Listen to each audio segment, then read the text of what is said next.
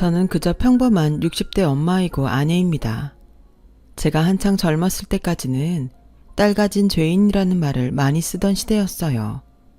하지만 저에게 딸은 선물이었고 보물이었는데요. 제가 결혼하고 10년 만에 얻은 귀한 자식이기 때문이었어요. 요즘은 인식이 바뀌고 또 우스운 얘기지만 며느리는 눈치 보이고 딸에게는 효도받는 그런 시대잖아요. 그리고 저희 부부에겐 그 말처럼 딸은 어릴 때도 다 큰 성인이 돼서도 세상에 하나뿐인 애교쟁이 외동딸이었네요. 그만큼 저희 부부에게 딸은 존재 자체만으로도 행복이고 호강이었어요.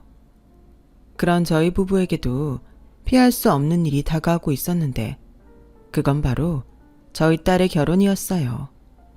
이런 말이 어떻게 들릴지 모르겠지만 저와 남편은 그래도 사는데 큰 불편이 없고 워낙 늦게 본 자식이라 딸이 시집가기를 원하지 않으면 끝까지 품 안의 자식으로 두고 싶었거든요. 물론 저희 부부의 욕심이었죠. 그래서 저희끼리는 희망사항으로 얘기를 했을 뿐 딸에게는 그런 말을 하지 않았는데요. 이런 엄마 아빠의 마음을 모르던 딸은 잔뜩 신이 나서 저희에게 마른 하늘의 날벼락 같은 이야기를 꺼냈어요. 엄마, 이번 주말에 아빠랑 뭐해? 주말? 글쎄, 네 아빠 아직 아무 말 없는 거 봐서는 뭐 별일 없는 거 같은데? 왜? 우리 딸 뭐 하고 싶은 거 있어? 그게 나 엄마 아빠한테 보여줄 사람이 있어. 사람? 누구? 남자친구? 됐다 얘. 네 아빠가 전에 말했잖아. 이제 결혼할 남자 아니면 데리고 오지 말라고. 난 또 무슨 말 하려나 했네. 엄마는 뭘 그렇게 단정을 짓고 말해. 그 남자는 내가 결혼하고 싶은 남자야. 그래서 집에 데려오는 건데.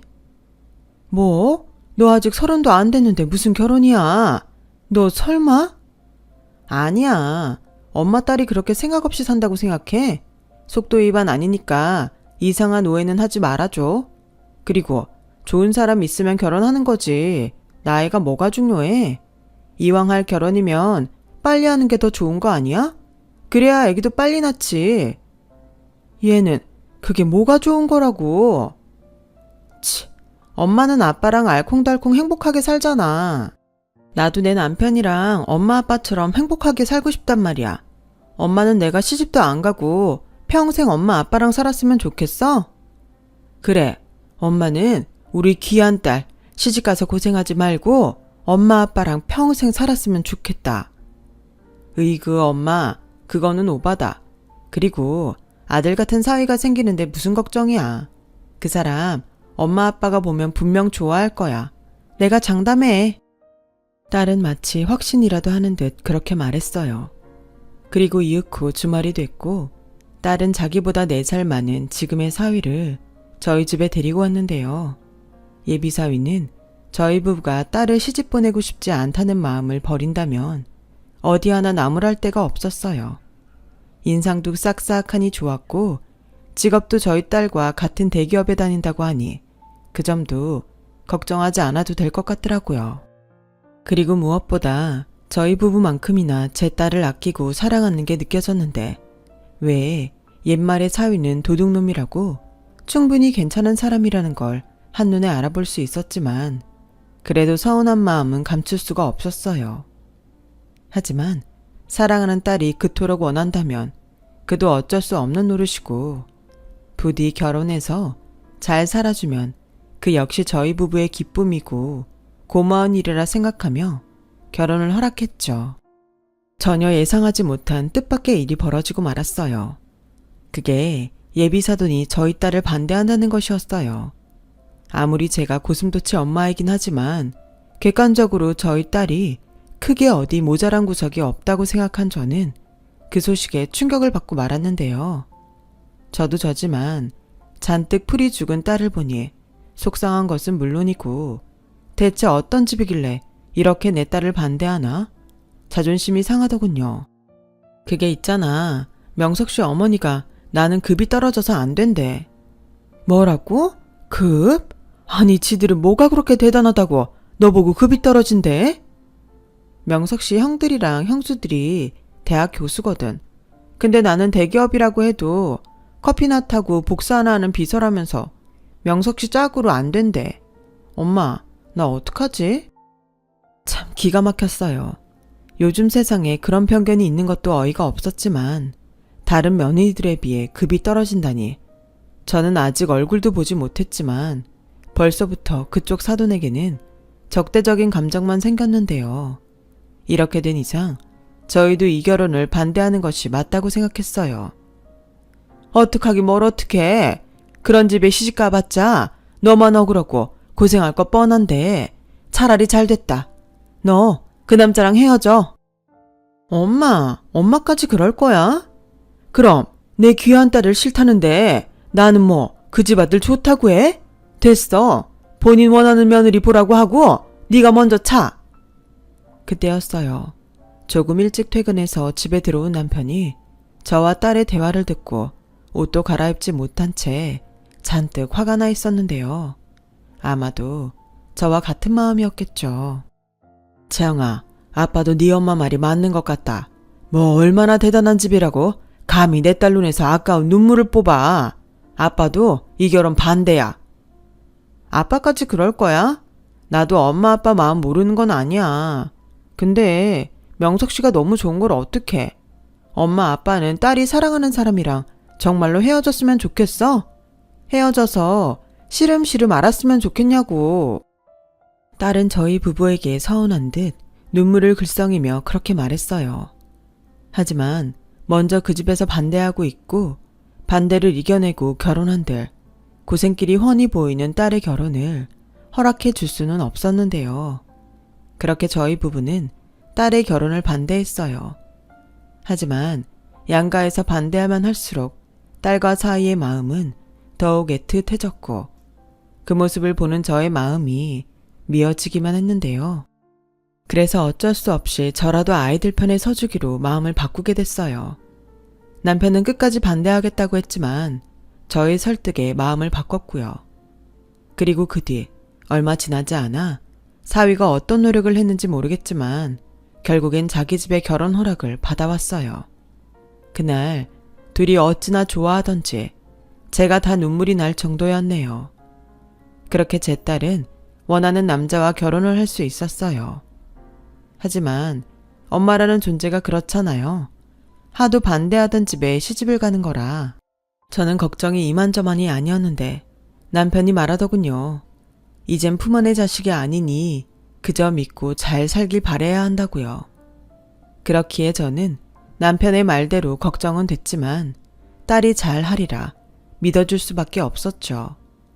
그러던 어느 날 딸이 결혼하고 3개월이 채 지나지 않아 반가운 손주 소식을 알려줬어요. 그리고 저희 부부도 그렇지만 사돈에게도 첫 손주라 이제 됐다는 안도감이 들더군요. 제가 너무 마음을 내려놓았을까요?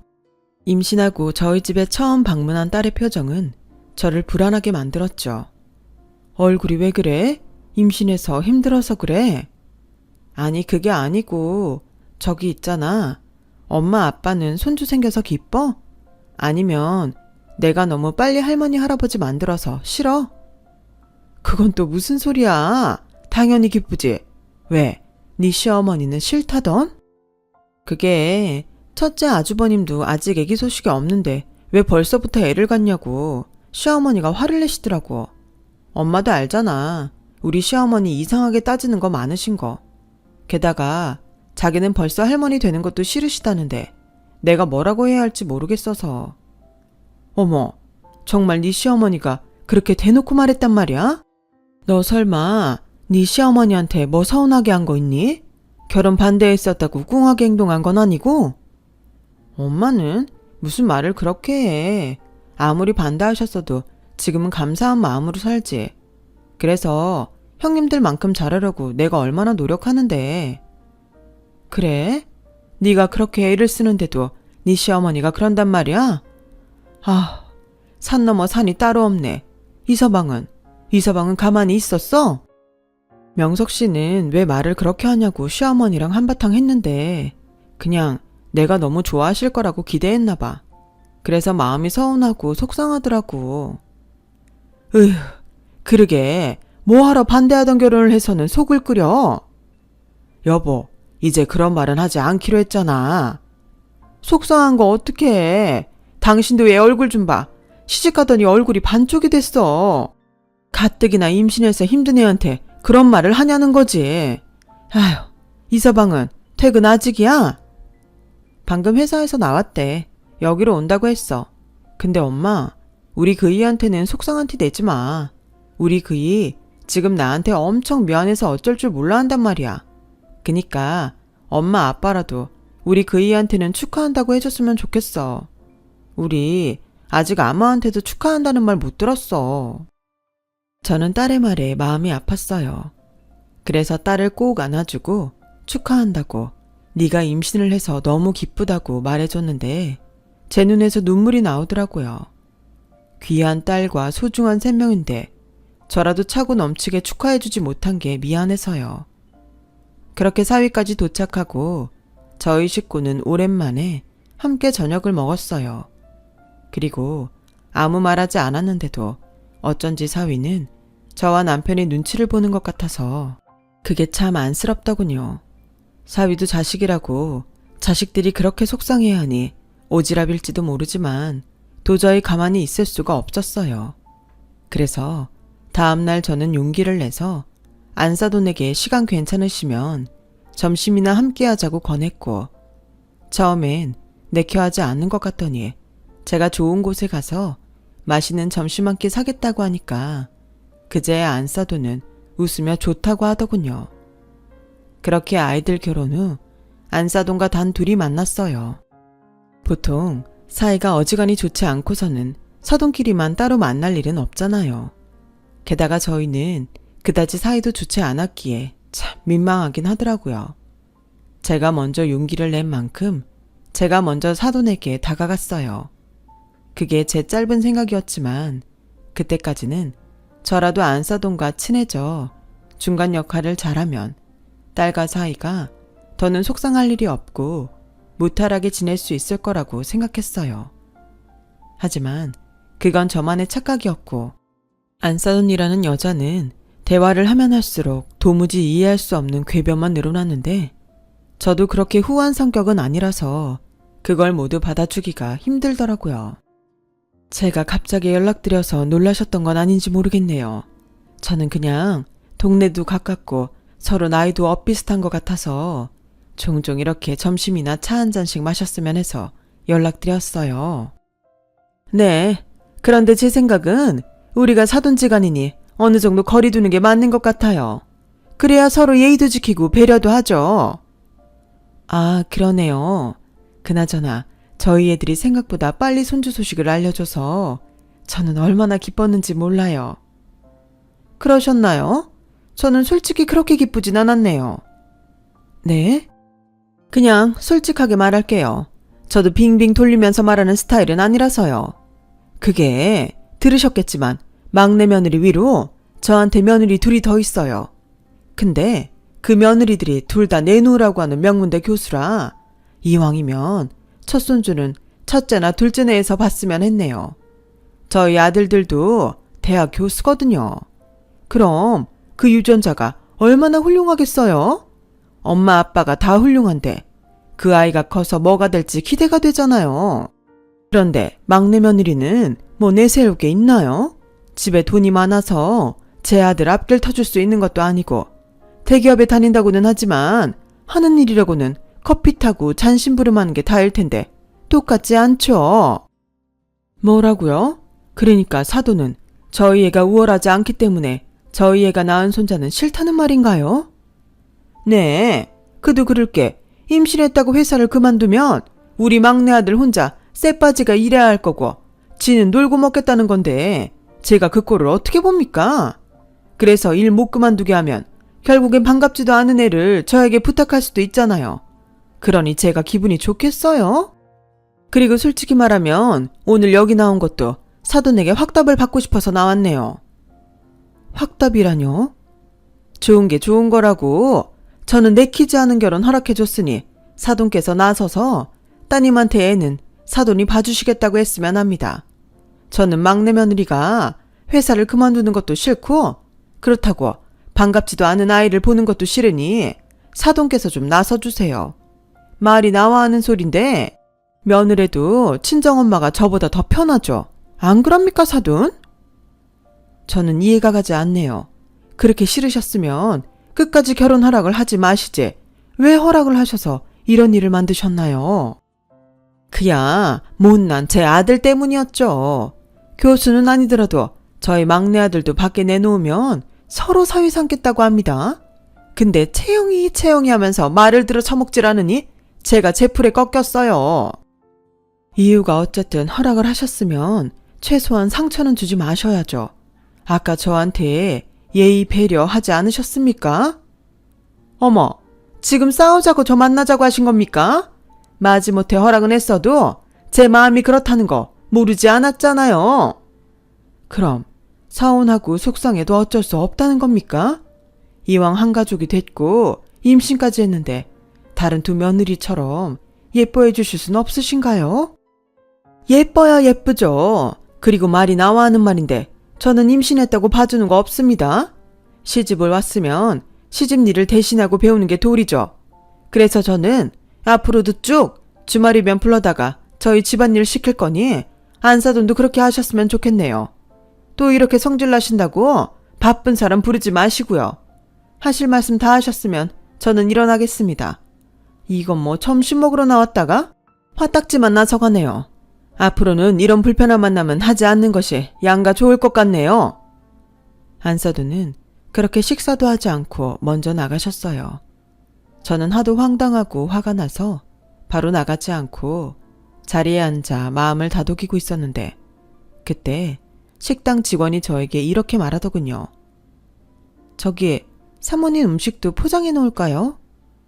네? 포장이요? 아까 나가신 사모님 음식은 포장해달라고 하셔서 조금 전에 내어드렸거든요. 그래서 사모님도 드시지 않고 포장하시나 해서요. 어머, 포장을 해갔다고요? 그럼 계산은? 사모님이 내실 거라고 하셨는데? 저는 어이가 없어서 헛웃음이 났어요. 물론 제가 산다고 말은 했지만 그렇게 나가면서 계산은 저에게 미루고 자기 몫을 포장해가는 건 뭔가 했어요. 그래도 어쨌든 제가 사기로 한 거니 그냥 그건 개똥 밟았다 생각하고 말려고 했는데 그 다음부터 일어난 일들 때문에 저는 또 속이 뒤집히고 말았네요. 안사돈은 자기가 말한 대로 주말이면 제 딸을 불러 임신했다고 봐주는 거 없다며 이 일 저 일을 주말이 다 끝나도록 시켰어요. 그리고 말끝마다 박사 형님과 비교하며 명품 가방 선물도 못하면 몸으로 때우라고 했다는데 속에서 천불이 나는 것 같았어요.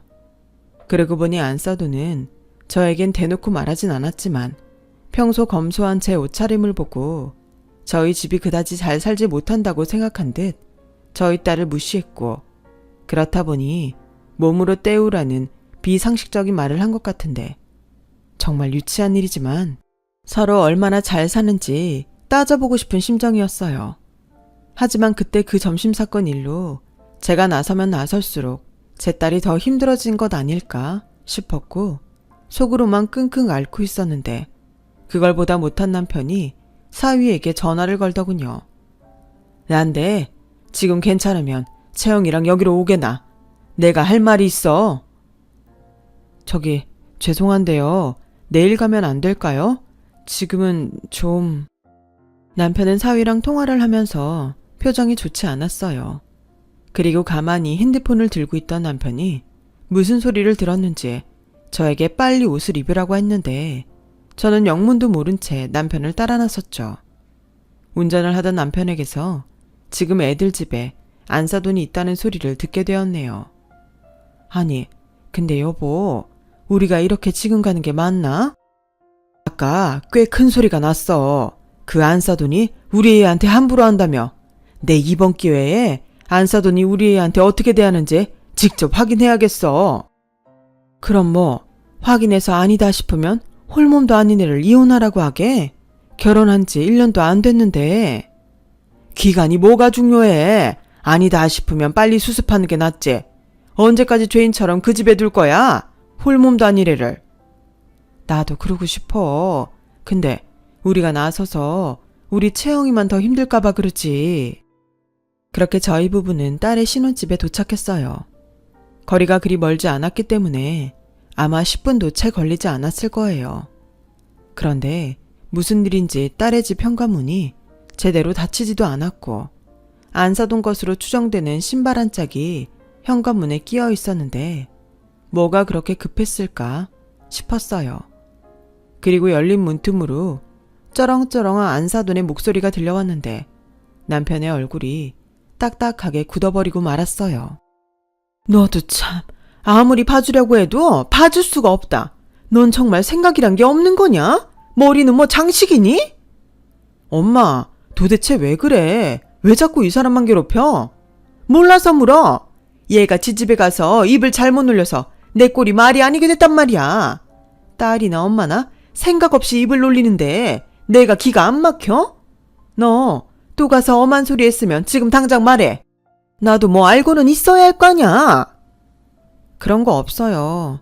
그때는 그냥 좀 서운해서 엄마 아빠 얼굴 본 김에 말한 거지만 그때도 어머님에 대한 안 좋은 소리는 하지 않았다고요. 그걸 지금 나더러 믿으라는 거야? 걔가 똥을 끊지. 원래 시집을 왔으면 입 닫고 귀 닫고 사는 거야. 그런 게 싫었음 내가 반대할 때 이 결혼하지 말았어야지. 난 너한테 충분히 기회를 줬다. 내 아들 좋다고 끈질기게 버틴 건 너야. 그럼 내가 무슨 말을 하건 무슨 짓을 하건 다 괜찮다는 뜻 아니었니? 감당하겠다는 각오도 없이 시집을 온 거야. 엄마, 여기서 더 하시면 그땐 저도 엄마 안 봐요. 지금 엄마가 하는 말이 얼마나 이상한지 알기는 해요. 이 사람이 왜 엄마가 하는 모든 행동을 감당해야 해요? 형들도 처가에 다녀오면 엄마한테 처가 욕하는데 이 사람은 자기 집에 가서도 참아야 해요? 뭐야? 지금 여태 키워준 엄마 말고 같이 산 지도 얼마 안 되는 저거 편드는 거야? 네가 장모의 실체를 못 봐서 그래. 그 사람이 얼마나 괴팍하고 말을 함부로 하는데 내가 너 때문에 어쩔 수 없이 허락은 했지만 그게 내 인생 최대의 실수야. 어머님, 그 말씀은 제가 듣기 너무 불쾌하네요. 그래서 어머님이 바라시는 게 뭐예요? 제가 그냥 명석 씨랑 못 살겠다고 하길 바라시는 건가요? 그래서 그렇게 비교하시고 말도 안 되는 억지를 부리시는 거예요? 뭐? 억지? 이거 뚫린 입이라고 말하는 것 좀 봐. 뭐가요? 억지라는 말이 그렇게 잘못된 말인가요? 어머님은 저한테 더한 말도 하시잖아요. 저한테 전에 전화로 뭐라고 하셨어요? 저 명석 씨 충격받을까봐 그 말 전하지도 않았는데 저도 한번 다 말해볼까요? 뭐야? 내가 방금 말했지? 시집 와서는 입 닫고 귀 닫고 사는 거라고. 싫어요. 어머님이 저한테 애기 지우라고 하셨잖아요. 제 유전자는 별 볼 일 없는 유전자라 사내 알면 사고만 치는 망나니일 거고 기집애면 몸이나 파는 싸구려 될 거라고 악담하시면서. 뭐? 엄마 정말 그렇게 말했어? 제정신이야? 저는 그때쯤 다리에 힘이 풀려 그 자리에 주저앉고 말았어요. 그냥 안 싸더니 경우 없는 속물이라고 생각했지 저 정도로 쓰레기인 줄은 몰랐거든요. 그런데 저희 남편도 그때는 더는 못 참겠는지 주저앉은 저를 두고 안으로 들어가려 했는데 저는 그런 남편을 말렸어요. 저 소리를 듣고 가만히 있어? 지금 우리가 들어가봤자 일만 커져. 그러지 말고 그거 있잖아. 동영상. 당신이 그것 좀 찍어봐봐. 나중에 필요할 수 있을 것 같아. 저는 그때 생각이 참 많았어요. 저런 시어머니라면 당연히 이혼시키는 게 맞는 것 같은데 어떻게든 제 딸을 지키려는 사위를 보니 오만 생각이 다 들더라고요. 기간은 길지 않았지만 그래도 정이라는 게 그만큼 무서운 거더라고요. 게다가 이혼은 저희 부가 아닌 딸의 결정이어야 했기에 저희가 나서는 게 좋지 않겠다고 생각했고 이제 좀 끝이 났나 싶었던 안사돈의 말은 또다시 들려왔어요. 내가 오죽했으면 그랬겠냐? 아니 너는 저런 게 뭐가 그렇게 좋아? 네 형들이야 똑같이 교수라 누가 더 이득인지 따지기 어렵지만 내가 너는 네 형수들 백으로 교수 와이프 얻어줄 수 있다고 했잖아.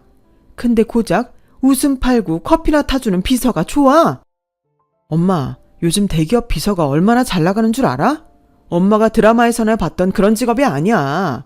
대학도 이 사람이 훨씬 좋은 데 나왔어. 월급도 이 사람이 나보다 훨씬 많다고. 팔풀이 같은 놈? 저게 홀려도 단단히 홀린 거야. 그러니 그렇게 착하던 네가 이렇게 변했지? 네, 변했어요. 그러니까 엄마도 이렇게 변한 아들 싫으시면 우리 그만 인연 끊고 살아요. 저는 더 이상 채영이 속상한 거 못 보겠고 장인 장모님한테도 죄송해서 더는 이런 식은 안 될 것 같아요. 그러니까 교수도 아닌 저 같은 아들은 있고 엄마가 그렇게 좋아하는 교수 아들 며느리한테 호강받으면서 행복하게 사세요. 이만 나가시고요. 그리고 다시는 여기 오지 마세요. 이젠 여기 남의 집이니까. 그렇게 사위의 당찬 말이 끝나가는 순간 무언가 팍 하고 깨지는 소리가 났어요. 그리고 그 소리에 놀란 제가 현관문을 열고 들어갔는데 안싸돈이 자기 분에 못 이겨 유리컵을 사위에게 던졌지 뭐예요. 저는 깜짝 놀라 사위와 딸에게 달려가 괜찮냐고 물었는데 다행히 사위도 딸도 유리컵에 맞지는 않았어요. 그리고 저희 남편을 본 안싸돈은 헛기침을 하며 키워준 은혜 어쩌고 헛소리를 하더니 남편이 핸드폰으로 동영상을 찍고 있었다는 것을 눈치챘는지 도망을 가더군요. 그날 이후 저는 한동안 딸의 집에 있었어요. 딸도 그간의 스트레스 때문인지 임신 초인데 하혈을 하는 등 몸이 좋지 않았고 급기야 임신을 유지하기 위해 회사까지 그만두게 됐는데 전에 안싸돈이 했던 말 같지 않은 말이 떠오르더군요. 하지만 사위가 저에게 다시는 안싸돈을 보는 일은 없을 거라며 약속을 했기에 사위의 그 말을 믿어주고 싶었어요. 딸이 원하면 제가 외손주를 보고 딸이 복직할 수 있도록 서포트하고 싶었어요. 그렇게 딸은 조금씩 안정을 찾으며 임신 기간을 채워나갔죠. 이윽고 어여쁜 공주님을 낳았는데요. 조망만한 얼굴에 눈, 코, 입이 모두 있는 것이 그저 신기할 따름이었어요. 내리사랑이라고 제가 딸을 낳았을 때보다 외손주가 훨씬 예쁘더라고요. 그렇게 딸은 우여곡절은 있었지만 조금씩 행복해지고 있었어요. 그리고 출산 후 퇴원을 앞둔 딸은 당연히 계약한 조리원에 들어갈 예정이었는데 퇴원 하루 전 제가 집에 들렀다가 병원으로 가니 반갑지 않은 얼굴들이 제 딸이 있는 병실에 와 있어 깜짝 놀라고 말았답니다. 그런데 더 놀라운 건 저희 딸 표정이 꽤 밝아 보였다는 거였는데 그리고 무슨 낯짝인지 안싸돈은 생글생글 웃으며 저에게 살갑게 인사를 해 저를 당황하게 했어요. 안싸돈 오셨어요. 안 그래도 제가 먼저 연락을 드려야지 했었는데 여기서 보게 되네요. 소녀가 채영이를 닮아서인지 너무 예쁜 거 있죠? 명석 씨도 많이 닮았어요. 여기 간호사 선생님들은 아빠 닮았다고 하던걸요. 무슨 소리야. 예쁜 네 얼굴을 닮았지. 솔직히 인물은 우리 집에서 네가 제일 낫잖아. 어머님도 참. 저는 꿈을 꾸는 것 같았어요. 저 두 사람이 저를 놀리는 것 같았으니까요. 그리고 안싸돈과 딸의 다음 말은 저를 더 놀라게 했는데요. 엄마, 나 조리원에 안 가고 어머님 댁에서 산후조리하기로 했어. 뭐? 조리원 예약 다 해놓고 이게 지금 무슨 말이야? 사돈, 제가 채영이 몸조리 해주고 싶어서 이미 준비를 다 했어요. 요즘은 너도 나도 조리원에 가서 몸조리 한다고 하지만 애를 셋씩이나 낳은 제가 몸조리 하나는 기가 막히게 알거든요. 아니, 그래도 며칠 전까지 제 딸을 그렇게 마음에 안 드신다고 하시더니. 죄송합니다. 그때 당시 개인적으로 속상한 일이 많았어요. 제 마음대로 되는 일이 하나도 없던 때라 참 어른답지 못하게 제가 그런 실수를 했었네요. 그래서 많이 반성하고 채영이한테도 미안하다고 사과도 했어요. 사돈한테도 정말 미안했습니다. 진심이에요. 그래서 사죄하는 마음으로 성심성의껏 채영이 몸조리 해주려는 건데 사돈께서 너그럽게 저 좀 봐주시면 안 될까요? 엄마, 어머님이 이렇게까지 말씀하시는데 엄마도 이제 마음 좀 풀어. 난 어머님이 진심으로 사과하시고 눈물까지 보이셔서 얼마나 놀랐는지 몰라. 나도 뭐 이런저런 이야기 엄마한테 다 했으니 잘한 거 없지. 아, 우리 채영이 마음 쓰는 것 좀 봐. 내가 이렇게 착한 너를 못 알아봤으니 나는 나이만 먹었지 헛살았다. 내가 앞으로는 진짜 너한테 잘하마. 사돈, 몸조리 얘기는 저랑 채영이랑 이미 말이 끝났는데 괜찮으시죠? 저희 집에 아예 들어와 살라는 건 아니니 오해는 하지 마세요. 뭐 이미 말이 끝났다고 하니 저는 할 말이 없네요. 제가 몸조리 해주려고 했던 것도 아니었으니까요. 다만 지난번에 그런 일들이 있었으니 다시는 그런 일이 없다는 약속은 받고 싶습니다. 그래야 저도 안심이 될 것 같아요. 네, 그럼요. 물론이죠. 아, 인사가 늦었죠? 결혼식 때 한번 보셨죠? 저희 집 큰며느리, 작은며느리입니다. 오늘 조카 본다고 다 같이 왔어요. 아, 네. 이렇게 바쁜 날 와줘서 고마워요. 고맙긴요. 한가족인데요. 오는 건 당연하죠. 그렇죠, 형님? 그럼 우리 집에서 가장 작은 꼬마 아가씨가 태어났는데 당연히 와야지. 저는 모든 게 다 어색했지만 더는 아무 말도 하지 못했어요. 이미 모든 것이 결정된 분위기였고 그곳에선 저만 빼면 모두가 화기애애했기에 제가 낄 자리가 없었거든요. 하지만 여전히 마음은 불안했어요. 제가 인생을 길게 산 건 아니지만 이 정도 나이가 되니 사람이란 게 쉽게 변하지 않는다는 걸 알고 있었으니까요. 게다가 딸의 집도 아닌 사돈집이면 제가 쉽게 들여다볼 수도 없으니 저의 불안한 마음은 하루가 지날수록 커져만 갔어요. 이런 제 마음을 알았는지 딸은 전화도 자주 하고 안사돈이 손녀를 안고 있거나 사랑스럽게 보는 사진들을 보내왔는데 차츰차츰 안심이 되기 시작했어요. 그리고 생각했죠. 막상 손녀가 태어나니 안사돈이 바뀌었다고요. 그래서 손녀가 복덩이라고 생각한 저는 마음을 완전히 내려놓게 되었는데 그게 실수였어요. 혼자만 고생하는 안사돈에게 죄송한 마음에 음식을 이것저것 장만했던 저는 오늘부터 출장이라는 사위에게 물어 처음으로 사돈댁을 찾아가는데 아무리 연락을 해도 딸이 전화를 받지 않았어요. 연락도 없이 찾아가는 것은 예의가 아니라 사돈댁 대문 앞에서 한참을 망설이고 있는데 그때였죠.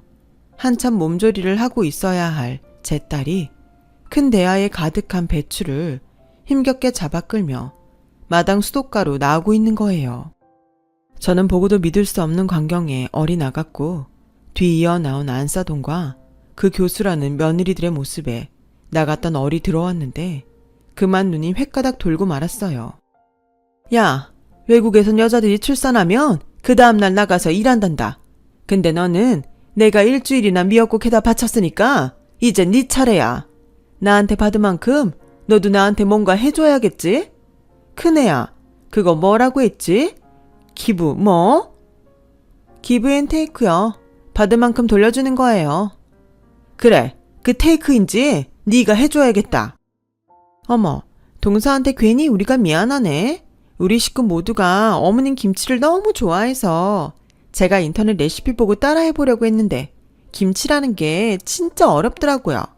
그래도 형님은 겉절이 정도는 해서 드신다고 하던데 저는 진짜 멀었어요.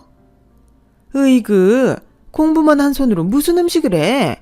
난 니들한테 음식하라는 말 절대 안 한다. 음식은 나랑 막내가 하면 돼. 며느리 셋 중에 그래도 한 명은 내 음식을 배워야 하는데 잘 됐지 않았냐? 얘, 손을 빨리빨리 움직여. 그래서야 그 절인 배추 150통 다 씻을 수 있겠니? 동서, 그 배추 금배추야. 살살 흔들어서 씻어. 알겠지? 어머님, 저희들은 추우니까 안으로 들어가요. 그래요. 저는 아까부터 안으로 들어가고 싶었어요. 동서도 빨리 하고 안으로 들어와. 너 지금 쟤 놀리냐? 빨리 하긴 뭘 빨리 해. 저거 다 씻으면 속도 만들어 버무려야 하는데 하루 왼종일 걸리지. 어머님, 동서가 음식할 줄 몰라서 그래요. 그나저나 어머니, 제 말이 맞았죠? 저희와 다르게 가방끈 짧은 단순한 막내 동서는 조금만 잘해줘도 홀랑 넘어올 거라고 제가 그랬잖아요.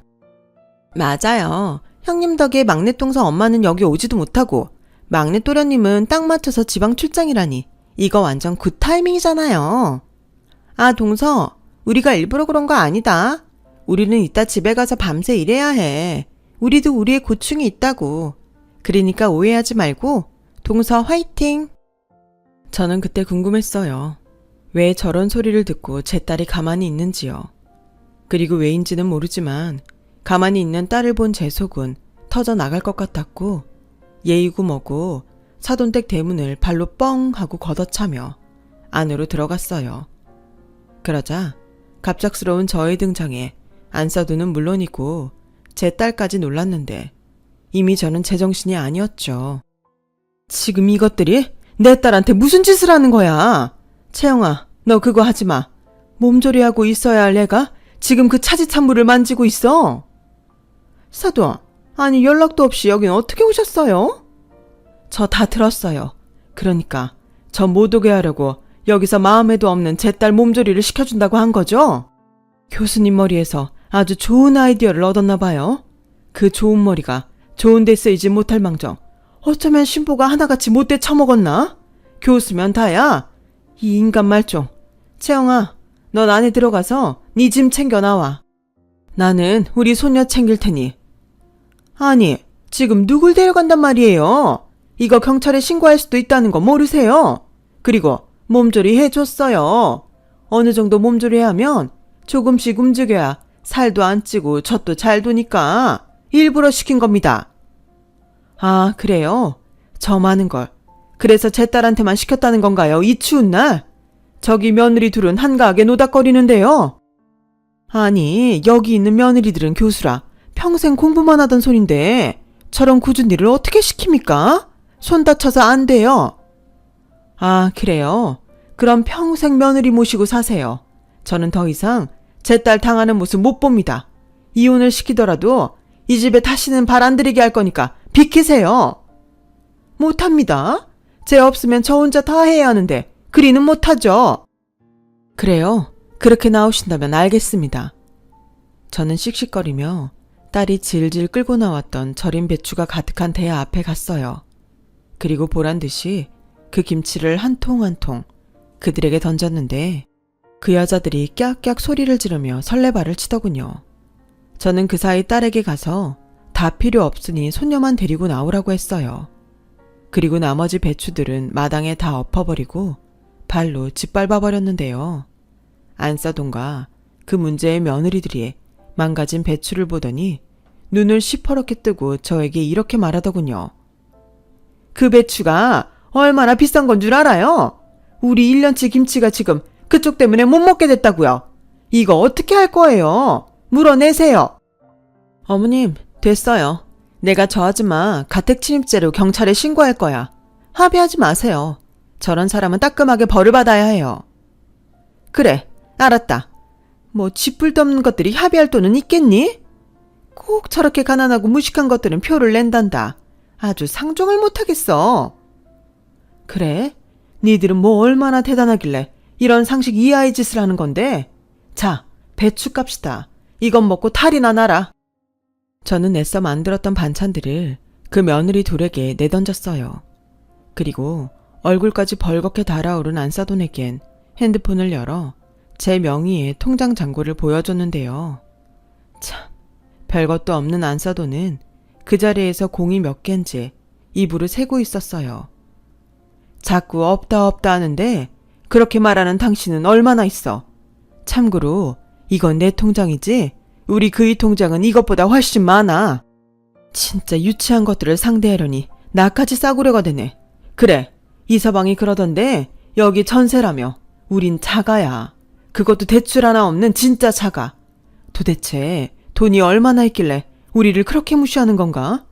쥐뿔 없어도 명품 들고 다니면 부자야. 양심은 썩어 빠져서 비싼 배추를 김장해 먹으면 부자인가? 채영이, 멀었니? 그냥 다 두고 와라. 엄마가 다 새로 사줄게. 우리 손녀 빼고는 이 집에서 가지고 나올 건 하나도 없다. 당신 잊었나 본데 우리 그이 핸드폰에 아직 당신 동영상 있어. 당신 아들, 당신 때문에 불행해진다고. 저기 사돈, 오해해요. 잘못 보셨어요. 아니, 죄송합니다. 죽을 죄를 지었어요. 아니 이렇게 부잣집 딸인 줄도 모르고 제가 겉모습에 착각을 했네요. 정말 죄송합니다. 됐고 오늘부로 나도 내 딸도 당신 얼굴 보는 일 없어. 우리 악연 여기서 끝내자고. 네, 제가 조용히 살게요. 그러니 제발 그 동영상 지워주세요. 지방에 있는 저희 남편 알면 아주 난리 납니다. 성격이 불같아서. 그래, 그거 아주 잘 됐네. 이서방한테 말해서 그 동영상 바깥 사돈께도 보내드려야겠네. 어차피 애들 이혼시키는 마당에 못 보내드릴 게 없지. 저는 그렇게 딸과 손녀만 데리고 그 거지 같은 집을 나왔어요. 지금도 그때의 기억이 생생해 손끝이 떨려오네요. 그리고 집에 온 딸은 정신적으로 충격을 받았는지 한동안 실어증에 걸린 것처럼 말을 하지 않았고 정신과에선 치료가 필요하다고 했는데 저와 남편은 아무리 사위가 예뻐도 더는 저희 딸을 그 집 며느리로 살게 할 수는 없었어요. 왜 그런 말도 안 되는 대우를 받고도 가만히 있었는지 궁금했는데 출산 직후에 저도 지 남편도 저를 도와줄 수 없으니 딸은 또 속았다는 것과 이젠 꼼짝없이 당하고 살아야 하는구나 하며 충격을 받았던 거였어요. 그리고 곧이어 모든 사실을 안 사위는 매일같이 저희 집에 찾아와 무릎을 꿇고 자기 잘못이라며 빌었는데요. 사위에겐 아무런 죄가 없다는 걸 알고 있는 저는 그게 참 마음이 아팠어요. 차라리 사위가 고아였다면 얼마나 좋았을까 하는 생각을 할 정도였는데 손녀를 보고 있으면 자꾸만 미안한 생각에 마음이 약해지더군요. 그래서 일단은 딸과 손녀를 위해서라도 사위를 집안에 들였어요. 그리고 저와 남편이 더는 그 집 며느리로 살게 하고 싶지 않다는 말을 하며 필요하면 이혼이라도 해줬으면 좋겠다고 했는데 사위가 종이 한 장을 저희 부부에게 내밀더군요. 더는 저희 딸을 보지 않고 손녀에게도 접근하지 않는다는 안사돈과 두 며느리의 각서였어요. 그리고 이를 어기면 금전적인 배상까지 하는 걸로 공증까지 다 마쳤다는데 사위가 애절하게 말하더군요. 할 수만 있다면 호적이라도 파고 싶어요. 하지만 법적으로 그건 불가능하다고 하고 제가 할 수 있는 건 이 정도였지만 한 번만 믿어주세요. 장인 장모님만 좋다고 하시면 제가 대릴사위 되겠습니다. 저 채영이랑 하루 없이 못 살아요. 제가 제 식구들 책임져야 하는데 이렇게 된 점 정말 너무 죄송합니다.